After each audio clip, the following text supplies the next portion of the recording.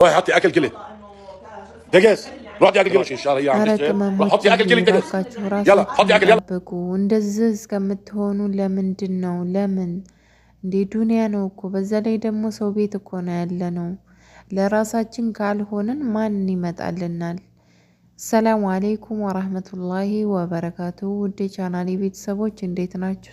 ሰላም ብያለሁኝ። በተለይ አዲስ የመጣችሁ እህቶቼ ብታዳምጡኝ ደስ ይለኛል።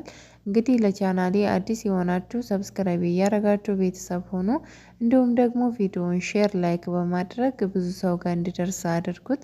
ላይክ በማድረግ ቪዲዮውን ጀምሮ እንግዲህ በምስሉ ላይ የምታዩት እህታችን አረብ ቤት ነው የምትሰራው። እንደኛው አዲስ ነው የመጣችው ይመስለኛል። እና አሰሪዋ እባክሽ ምግብ አትበላም፣ በቃ ምንም አትስሪ ተይውና ምግብ እያላት ቪዲዮ ተለቋል። ቪዲዮውን ማስገባላችኋለሁ። ሰውየው እንግዲህ እየተቆጣት ማለት ነው። እና ግን እኔ የታዘብኩት ለምንድን ነው ቆይኛ ራሳችንን ማነጠብቀው? እነሱ ብሉ እስከሚሉን ድረስ ለምንድን ነው የምንቆየው? ጧት ተንስተን ምግብ መብላት አለብን፣ ስራ ከመጀመራችን በፊት ማንኛውም ሰው እንደሚያደርገው ማለት ነው። የኛ የተለየ የሆነው ለምንድን ነው? በተለይ እኛ ሀበሾች ለምንድን ነው ቁርሳችንን በደንብ ማንበላው? ስራችንን በአግባቡ ለመስራት እኮ መጀመሪያ እኛ ደህና መሆን አለብን። እኔ የእውነት በቃ ያለፈው ይቆጨኛል። በጣም ብዙ አመት እዛ ሀገር ስለቆየሁኝ በፊት ምግብ አልበላም። በቃ እኔ የሚቆጨኝን ነገር ልንገራችሁ።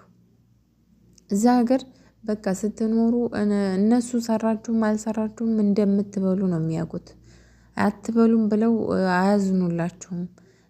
እንዲሁም ደግሞ አቅማችሁ ቢደክም ባትሰሩ ብትታመሙ አውጥተው ነው የሚጥሏችሁ። ይሄ የታወቀ ነው።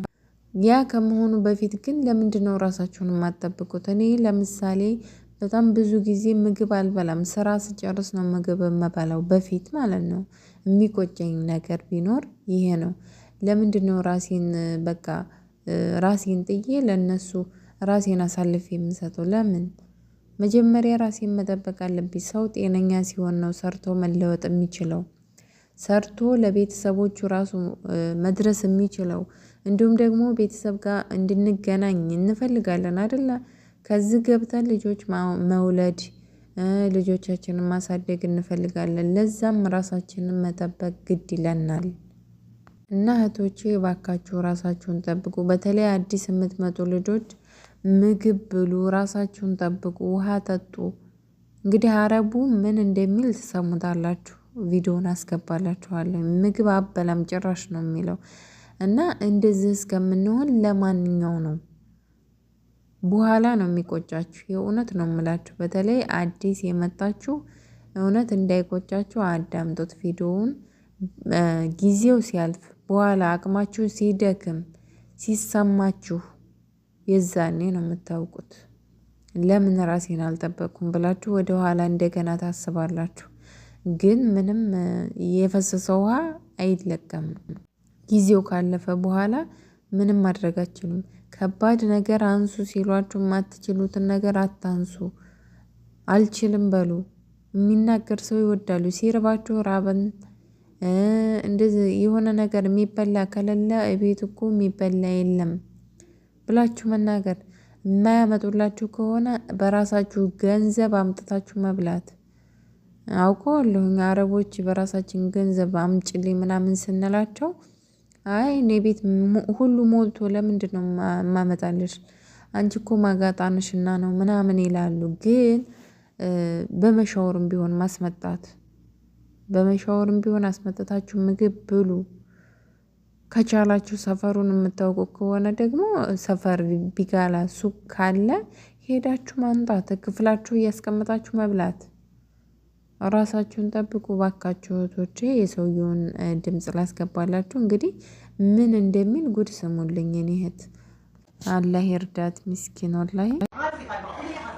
روحي حطي اكل كلي دجاج.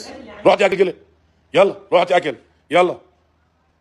هيا هذا اليوم اليوم 22 شهر هي عم تشتغل. روح حطي اكل كلي دجاج. يلا حطي اكل يلا. እንደሰማችሁት ነው እንግዲህ ድፍት ስትል ምግብ ሳትበላ እንደምትሰራ ሲያያት በቃ ስራዋን እያለች ምግብ ስለማትበላ ሂጂና ብይ እያላት ነው እንግዲህ ይህን ያክል ታዝበዋት ማለት ነው።